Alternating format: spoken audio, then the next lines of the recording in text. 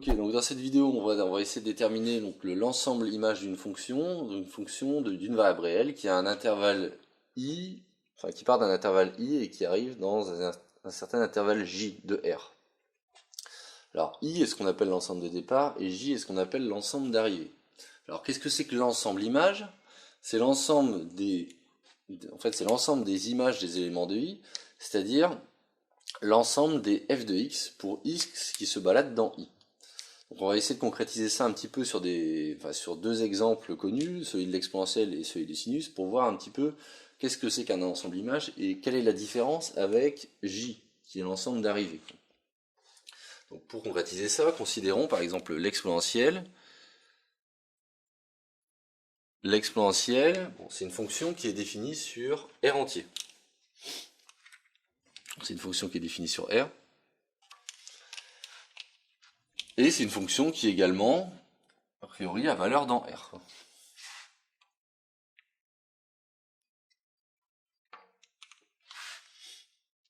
Alors la question c'est, qu'est-ce que c'est que l'image de R par l'exponentielle? C'est quelque chose qu'on note exponentielle de R.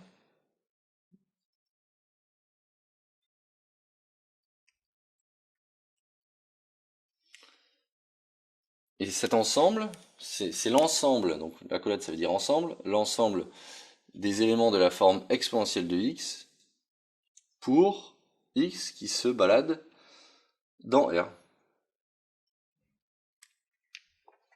Donc comment déterminer cet ensemble? Premièrement, graphiquement, dessinons l'ensemble R. L'ensemble R sur l'axe des abscisses, en fait c'est tout l'axe des abscisses en entier.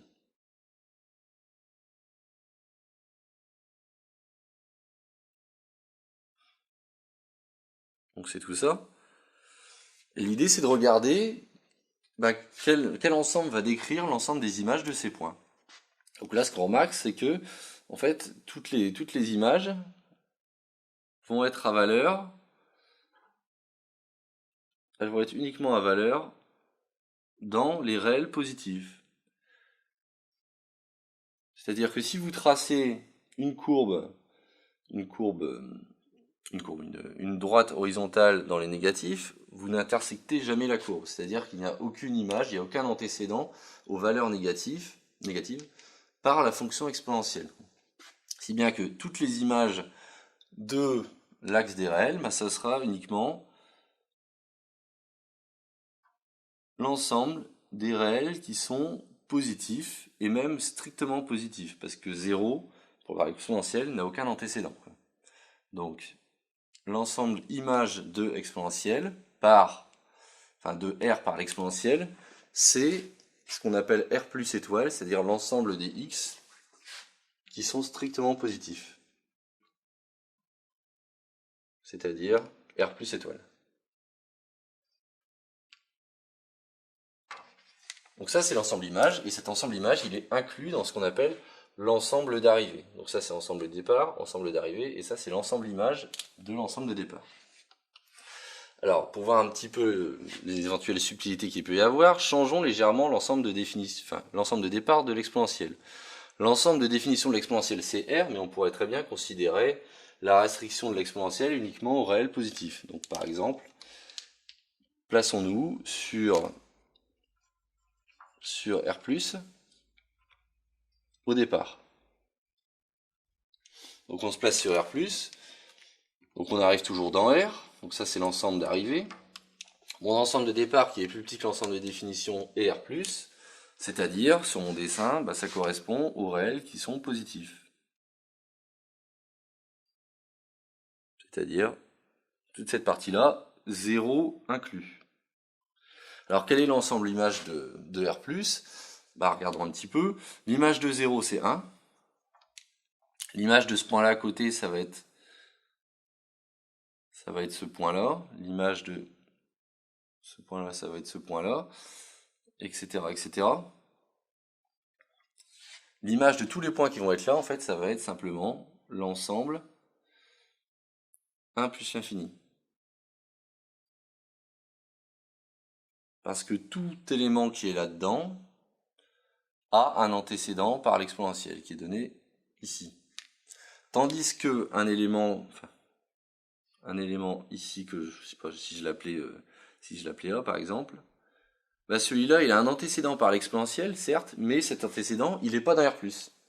Donc du coup il n'est pas dans l'ensemble image de R+ par l'exponentielle. Donc résultat, l'ensemble image ici c'est non plus R+ étoile, mais c'est simplement 1 plus l'infini.